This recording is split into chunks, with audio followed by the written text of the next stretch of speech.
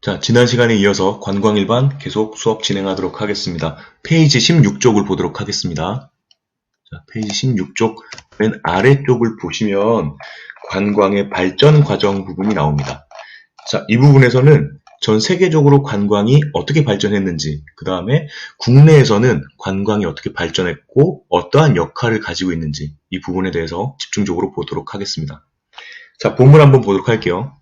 자, 인류의 이동은 인간의 욕구를 충족하기 위한 수단으로서 기본적으로 의식주 해결을 위해서 시작이 됐었고, 초기의 이동은 단순 여행으로 말할 수 있겠습니다. 자, 그렇다면 앞에서 배웠던 것처럼 다른 문화에 대한 호기심과 그 다음에 지적 욕구를 충족하고 여러 가지 목적을 가지고 관광을 하기 시작한 건 언제부터 시작이 했는가? 그리고 어떻게 현대의 관광 형태를 갖게 되었는지 세계적인 관광과 국내 관광을 구분해서 한번 보도록 하겠습니다. 먼저 세계 관광의 발전입니다. 관광은 인류의 역사와 함께 단순형에서 현대의 다양한 형태로 오랫동안 지속적으로 발전해 왔으나 세계 관광의 역사를 본격적으로 이야기할 수 있는 시기는 17세기와 18세기 유럽으로 거슬러 올라가기 시작합니다. 자, 그랜드 투어라고 불리는 본격적 관광의 형태는 파리와 로마 등 문화 도시를 연구를 위해서 외교관, 사업가, 그다음 학자 등 일부 특권 계층에 의해서 이루어져 왔습니다. 이후 세계적인 산업혁명과 그 다음에 2차 세계대전을 계기로 관광의 형태는 크게 변하기 시작해서 오늘날 형태의 관광의 형태를 띠게 되었다고 볼 수 있겠습니다. 자, 아래쪽에 일단 읽을 거리 이 부분 일단 넘어가도록 할게요. 본문 먼저 보고 그 다음에 다시 설명하도록 하겠습니다. 자, 18쪽 본문 계속 보도록 하겠습니다. 관광의 발전 단계를 다음에 4단계로 나누어서 보면 자연 발생 관광, 그 다음에 본격적 관광, 그 다음에 대량 관광, 그 다음에 신관광 이렇게 크게 4가지로 구분할 수 있겠습니다. 이 표가 이제 뒤에 부분에 나오는 그 본문 내용들을 이제 요약해 둔 부분이라고 생각하시면 될 것 같습니다. 여기다가 별표 치시고 여기다가 별표 치시고 별표 쳐두시고 이거 잘 봐두셔야 되겠습니다. 이거 이제 시험 문제에 나올 수 있기 때문에 잘 봐두시면 되겠습니다. 자, 표를 보기 전에 먼저 한번 본문을 보면서 이제 투어 시대, 자연적인 발생 단계와 그 다음에 본격적으로 관광이 시작된 단계, 투어리즘 시대, 그 다음에 매스 투어리즘이라고 하는 대량 관광의 시대, 그 다음에 뉴 투어리즘, 새로운 신관광 단계, 요 단계별로 한번 읽어보고 나서 표를 보도록 할게요. 자, 먼저 자연적 발생 단계, 일반적인 투어의 시대입니다. 자, 고대 인류사회부터 발생된 단순 이동을 포함해서 성지순례, 그 다음에 신전 참배 등 종교적으로 이제 시작된 것이 주된 관광의 발생적인 그런 현황이라고 볼 수 있겠습니다. 자, 올림픽 개최에 따른 경기 관람, 그 다음에 로마인의 유럽 지역 정복으로 인한 부속 국가로의 여행을 통한 문화체험, 그 다음에 요양, 종교, 식도락 여행 등 다양한 목적이 생겨나기 시작했습니다. 자, 이거는 일단은 기본적으로 그 유럽에서는 카톨릭이라든지 그런 뭐 크리스찬이라든지 기독교라든지 이런 종교에 대한 종교 국가로서 이제 발전을 해왔었잖아요. 그래서 그거에 대해서 이제 뭐 예를 들면 성지순례라든지 그 다음에 뭐 신전 참배라든지 이런 종교적인 그런 행위에 대해서 이제 뭐 예를 들자면 우리 성지순례라든지 이런 거를 이동하는 거에 대한 목적으로 이제 여행이라는 게 이제 발생을 했었고 이 여행이 이제 투어로서 이제 지금 현대 관광으로서 이제 시작되게 된 가장 시초적이라고 볼 수 있겠습니다. 그 다음에 이제 올림픽 같은 경우에도 과거에는 지금 현대 사회처럼 그런 교통 이동 수단이라든지 이런 것들이 많이 발전하지 않았었고 어떤 다른 국가로서 타 지역으로서 이동을 하기 위해서는 굉장히 먼 여행길을 떠날 수밖에 없는 그런 상황이었습니다. 이제 그러한 과정에서 이제 관광이라는 게 발생이 됐었다. 그 다음에 뭐 문화체험이라든지 요양, 그 다음에 식도락 등 이러한 다양한 목적으로서 이제 관광이 발생하게 된 태동한 시기라고 볼 수 있겠습니다. 자, 두 번째 넘어가도록 하겠습니다. 두 번째, 본격적인 관광 단계입니다. 자, 19쪽. 자연적으로 발생한 관광의 욕구에 물꼬를 틔운 사건은 바로 산업혁명입니다. 산업혁명. 여기 별표 쳐주시고요. 지금 이제 소위 말하는 현대 2020년이죠 벌써. 2020년 기준에서는 이제 4차 산업혁명이라고 이제 하는 게 이제 다들 많이 언급되고 있고 대두되고 있죠, 그죠? 이제 로봇 산업화 시대. 이제는 로봇가 이제 사람의 역할을 대신하는 그런 4차 산업까지 왔는데, 요거는 나중에 이제 계약하고 나면 좀 칠판에 써야 될 부분들이 있어가지고 계약하고 나서 다시 설명하도록 하겠습니다. 자, 경제적인 부의 창출을 통해서 여유로운 재산을 갖게 되면서 새로운 비즈니스 시장을 확대하고 싶은 그런 개인의 삶의 만족도를 높이기 위한 수단으로서 관광이 활성화되었습니다. 자, 이윤 추구를 위한 비즈니스 여행이 주를 이루는 동시에 여행 중에 새로운 문화를 즐기고 사람을 만나고 정보를 획득하는 활동이 활발해졌습니다. 이러한 이유로 전시와 회의, 그 다음에 우리 소위 말하는 마이스 산업이라고 하죠, 그죠? 이따가 설명할게요. 마이스 산업 등이 이제 시작되게 됐고요. 그 다음에 이제 산업혁명을 통해서 증기기관차, 증기선 등이 발명됨으로써 자국, 그러니까 다시 말하면 도메스틱이라고 하면 도메스틱. 그 다음에 대륙간 이동을 시도하게 되었습니다. 자, 이 부분 잘 봐두셔야 되겠는데, 여기 일단 산업혁명이라고 하는 건 일단 1차 산업혁명, 2차 산업혁명, 3차, 4차 산업혁명이 현대 사회까지 이루어져 오고 있습니다. 일단 여러분들 기억해야 될 거는 첫 번째 1차 산업혁명. 1차 산업혁명이 일어나게 된 계기가 뭘까요? 1차 산업혁명. 바로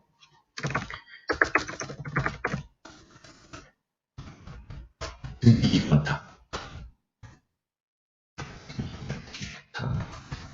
증기기관차가 개발되었습니다. 다시 말하면 증기기관차가 개발되면 어떠한 효과가 생기나요? 예전에는 사람들이 전부 다 말을 타고 다니거나 걸어 다니거나 이렇게 이동하기 위해서는 어떤 이동수단이 현대사회처럼 이렇게 잘 되어 있지 않았었는데, 증기기관차라는 게 개발이 되면서 기차로서 뭔가 이동이 편리해지기 시작했습니다.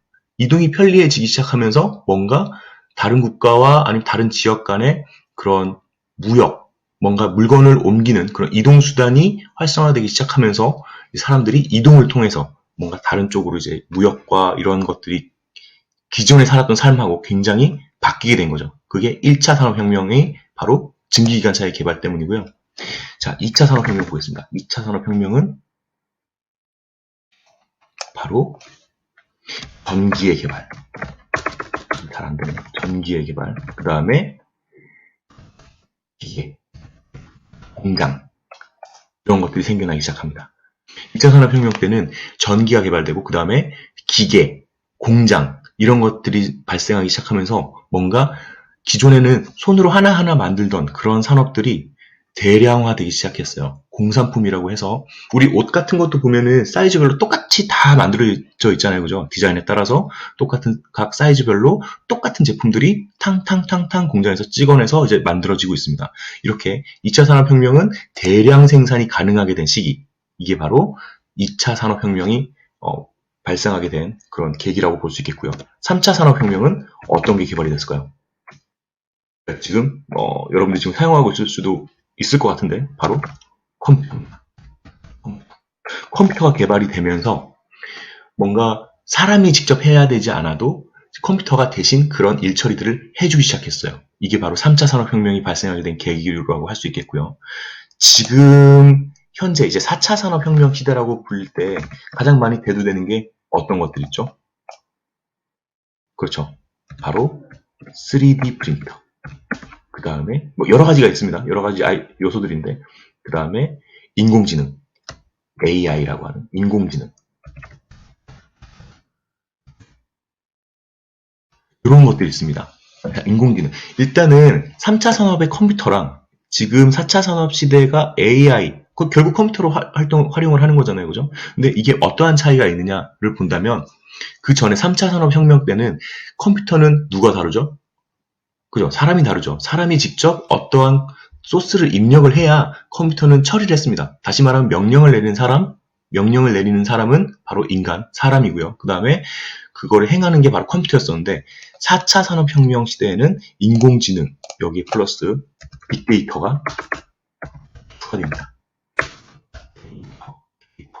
이 빅데이터는 컴퓨터 스스로 뭔가를 생각하기 시작해요.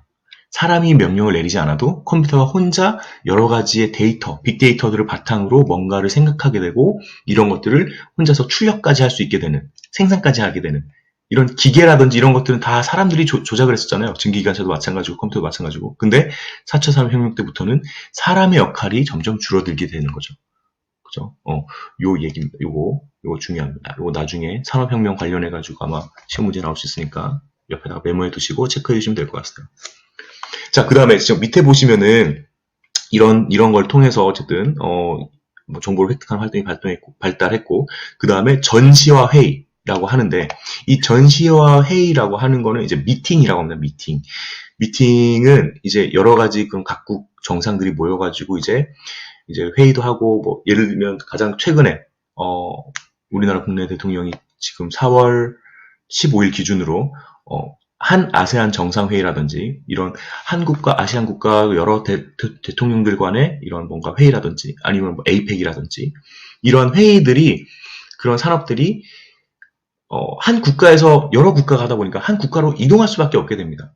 이동할 수밖에 없게 되고, 이렇게 이동을 하는 과정에서, 우리가 만약에 아빠가 아니면 부모님 중에 한 분이 출장을 갔어요. 해외로. 출장을 가게 되면 거기서 딱 일만 하고 오나요? 아니죠. 일 끝나고 남는 시간, 여유 시간은 뭐 하는 시간이에요? 쇼핑도 하고, 그 다음에 자기가 가보고 싶은 데도 가보고, 여러 가지 그런 활동들을 하잖아요. 그런 식으로 이제 관광이 활성화되게 됩니다. 이걸 이제 마이스 산업 중에 회의라고 하는 MICE 중에서 바로 M 부분입니다. 미팅 부분이 있고요. 요거에 대해서는 나중에 다시 계약하면 설명하도록 할게요. 마이스 산업에 대해서 한번 여쭤보도록 하세요. 선생님한테. 까먹을 수 있으니까. 자, 세 번째. 대량 관광 단계입니다. 대량 관광. 자, 세계 2차 대전이 종전되면서 관광의 형태는 다시 한번 바뀌게 됩니다. 양적인 성장이 굉장히 두드러지게 되는데 이거는 세계적인 경제 성장을 통해서 생산성이 증가되고 개인의 삶의 질이 향상되면서 어떻게 보지? 개인의 질이 굉장히 향상되면서 여가 확보가 용이해졌고 복지 강화 측면에서 국민의 여행을 권리로서 보장함과 동시에 권장을 하기 시작했습니다. 자, 양적 성장에 기여를 한 또 다른 원인은 바로 교통의 발달입니다. 위에 나왔었죠, 교통의 발달. 자, 빠른 성장을 가져온 교통은 관광객의 편리성을 확보하고 시간의 효율성을 높여줌으로써 성장 가속화를 도왔습니다. 항공산업도 발달하면서 전 세계 어느 곳이든 이동을 할 수 있게 되었습니다. 자, 이 대량 관광, 이 부분에서 중요한 거는 지금 이제 현대사회를 한번 비교해 볼 수 있을 것 같아요. 지금 여러분들이 몇 년생이죠? 2000 몇 년생이죠? 잘 모르겠는데,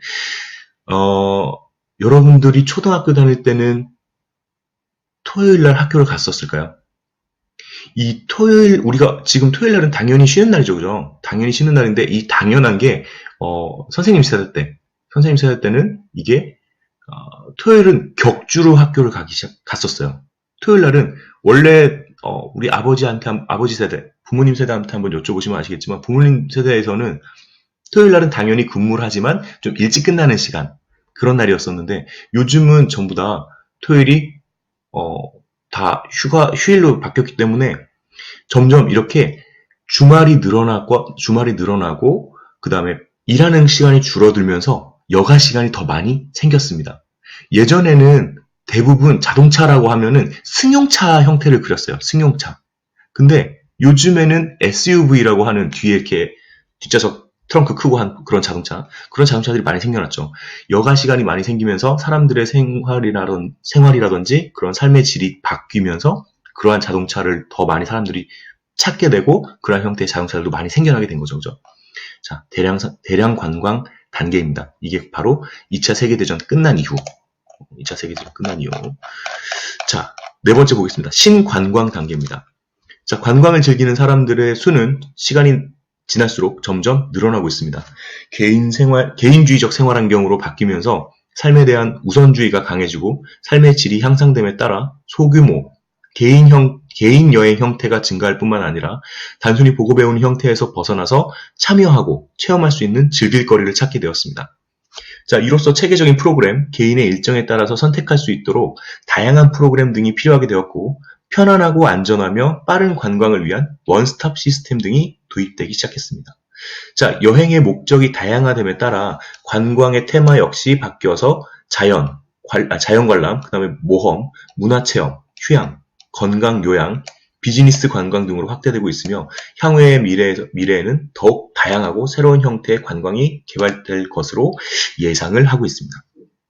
자, 관광산업의 원스톱 시스템이라고 하는 거는 옆에 보시면은 관광객의 불편을 해소하기 위해서 항공 및 숙박 예약 발권, 그 다음에 관광 안내, 온라인 서비스 등의 종합적인 관광 데이터베이스를 갖춘 시스템이라고 할 수 있겠는데, 요거는 나중에 아마 하반기쯤에 다시 더 자세하게 나올 것 같아요. 그래서 요거는 일단은 스킵하고 넘어가도록 하겠습니다. 일단은 요 부분, 오늘 우리가 했었던 관광의 발전 과정 중에서 전 세계적으로 봤었을 때 관광 산업이 어떻게 발전했었는가, 이 부분에 대해서는 이렇게 요약을 할 수 있겠고요. 앞에 잠깐 돌아가서 표를 보도록 하겠습니다. 표를 보시면,